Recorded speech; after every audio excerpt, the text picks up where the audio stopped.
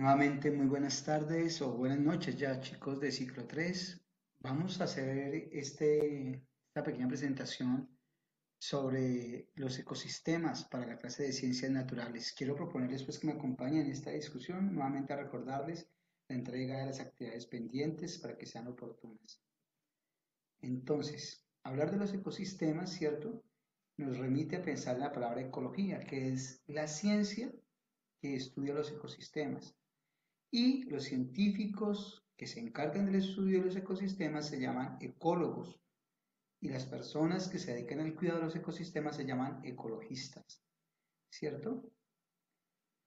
No hay que confundir entonces un ecólogo con un ecologista, porque el ecologista se interesa de manera altruista por la conservación de la naturaleza, pero no es digamos, no tiene una formación de orden científica. Ahora bien, vamos a hablar de los ecosistemas y tendremos que decir que así denominamos al conjunto de los seres vivos que se relacionan entre ellos y con el medio en que viven. Entonces, un ecosistema es un conjunto de seres vivos que están mediados por un espacio físico y donde se establece una relación entre las otras especies que habitan ese mismo, digamos, espacio físico, pero también con el propio espacio físico en sí mismo. En otras palabras, el ecosistema es una unidad formada por factores bióticos, ¿cierto? Los integrantes o seres vivos, animales y vegetales, y factores abióticos, como son la vida, la luz, la temperatura, la sanidad, el agua. Hoy nos vamos a enfocar en los factores bióticos y la próxima semana hablaremos de los factores abióticos. Entonces, ¿cuáles son los factores bióticos? Pues vamos a hablar entonces de qué tipo de relaciones se van a dar entre los seres que existen en un determinado espacio. ¿De acuerdo? Así que tendríamos que decir que la organización existe una población que son los seres de la misma especie que forman parte de un ecosistema y que se reproducen entre ellos. Por ejemplo, en Malvasia digamos que la población de Malvasia cabeciblanca, que es un ecosistema de la Laguna de la Vega, por decir algo. Ellos son una población. Ahora bien, la comunidad o biocenosis son el conjunto de poblaciones de seres vivos que habitan el ecosistema. Ahora, una comunidad es mayor que una población.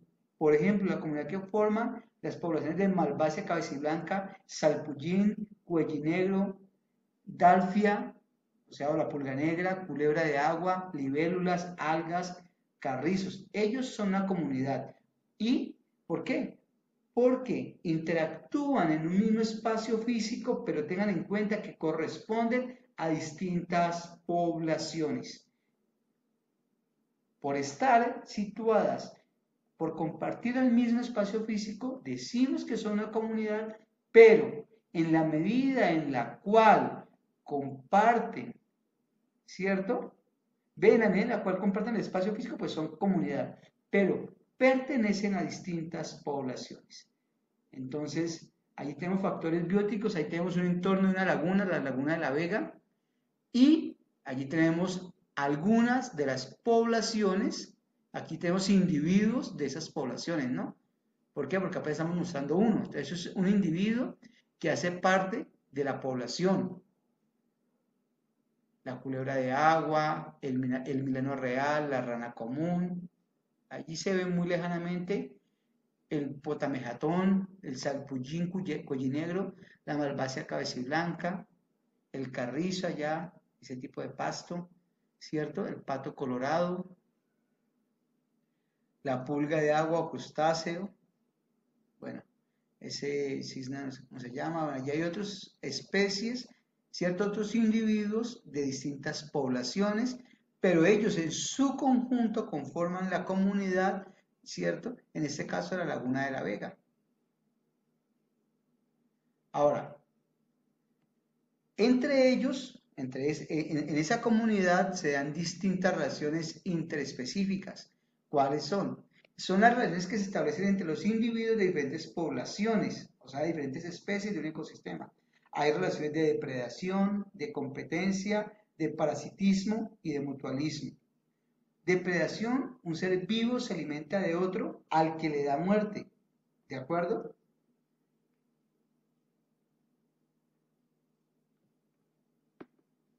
Entonces, por ejemplo, el flamengo, ¿cierto? Le da muerte al crustáceo, que es la pulga de agua. O sea, ¿por qué? Porque se alimenta de ella. También hay depredación de la malvácea blanca hacia el potamojetón. ¿Por qué? Porque ellos se alimentan.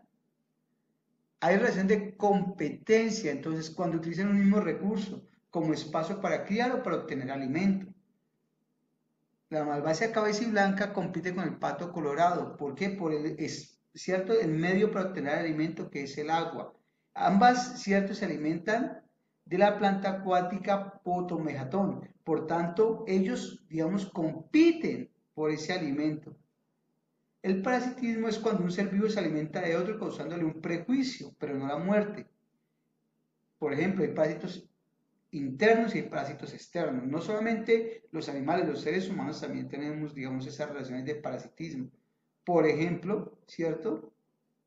La entomoeba, un protozoo que vive en el interior, en los intestinos de la rana común y la debilita. De esa manera, entonces, mantiene muy débil a la rana. Y mutualismo, dos especies se asocian para beneficiarse mutuamente. El salpullín cuellinegro, ¿cierto? Y el pato colorado, entonces ambos se colaboran para obtener distintos alimentos, forman una colonia reproductora y los dos en época de reproducción se asocian para proteger sus crías, para obtener, digamos, alimentos. Existen distintas relaciones de mutualismo.